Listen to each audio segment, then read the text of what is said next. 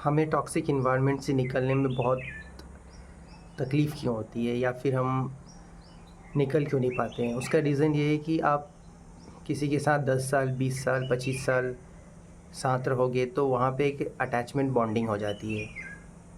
चाहे आप दोस्त के साथ रहो या दुश्मन के साथ रहो, ये अटैचमेंट बॉन्डिंग होना कॉमन सी बात है। चूज़न वन, अगर आप अपने नार्सिसिस्ट पेरेंट्स के साथ हो और आपको बहुत टॉक्सिसिटी झेलनी पड़ रही है, वो पेरेंट्स आपको टॉक्सिक चीज़ें आपके ऊपर पोर कर रहे हैं, आपको फ्रीडम नहीं दे रहे, आपको उनके अकॉर्डिंग चलना पड़ रहा है क्योंकि वो नार्सिसिस्ट हैं। और इतना सब कुछ होने के बाद भी आप निकलना नहीं चाहते या निकल नहीं पा रहे हो, उसका रीज़न ये है कि आपका अटैचमेंट हो गया है उनसे। उनसे इतने साल रहने से आपका अटैचमेंट हो गया है, जिस वजह से आप निकल नहीं पा रहे हैं, क्योंकि और आपको बाहर की रियलिटी बहुत प्रेशर डाल रही है।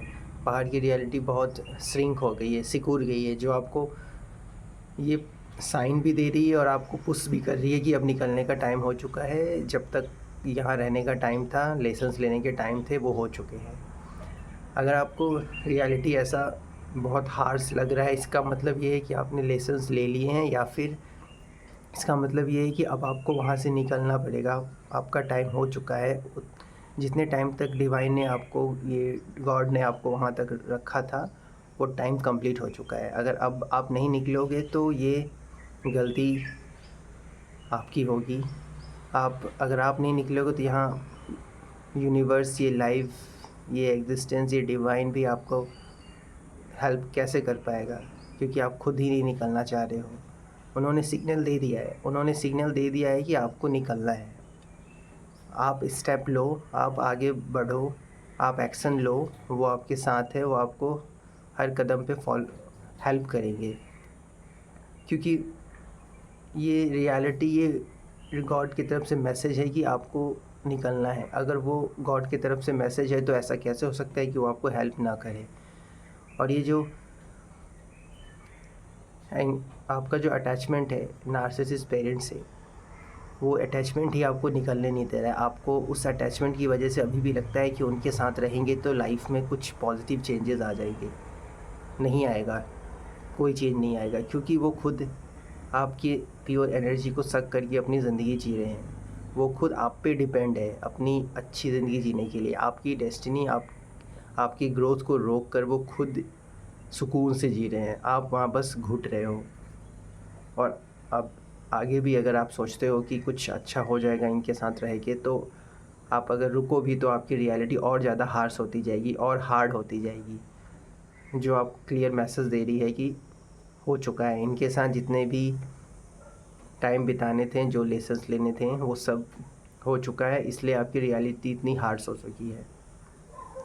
ये नार्सिसिस्ट आपके पेरेंट्स हैं, क्योंकि अगर नार्सिसिस्ट नहीं होते तो शायद आप सुकून से रह रहे होते, आप जी रहे होते, आप वहाँ रह के, उनके साथ रह के आप फ्लरिश कर रहे होते। नार्सिसिस्ट पेरेंट्स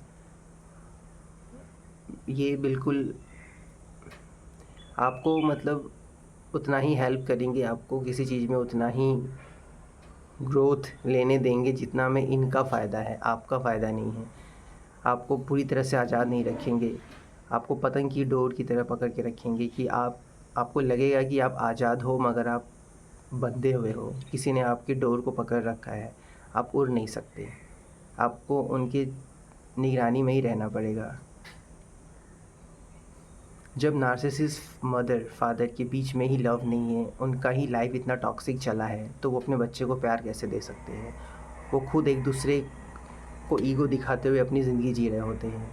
बस उनकी ज़िंदगी चल रही है एक दूसरे को ईगो दिखाने में। उनका खुद का झगड़ा नहीं सुलझा है, उनका खुद का कॉन्फ्लिक्ट नहीं सुलझा है, तो बच्चे को कहाँ केयर करेंगे। उनका जो 50 साल का ज़िंदगी है, 20 साल, 30 साल, 40 साल, 50 साल की जो ज़िंदगी है, वो एक दूसरे को ईगो दिखाने में, एक दूसरे को नीचा दिखाने में, एक दूसरे को गलत ठहराने में कि तुमने मुझे फंसा के शादी कर लिया, वो उसको बोल रहा है, वो उसको बोल रहा है, इस तरीके से इनकी लाइफ चल रही है। तो जब इनका ही आपस में सुलझा नहीं है, तो आप बच्चे को कैसे ये फ्लरिश कर सकते हैं, बच्चे को लव कैसे दे सकते हैं। इसलिए चूज़न वन आपका वहाँ से जो भी था उनके साथ जितना टाइम तक रहना था वो हो चुका है।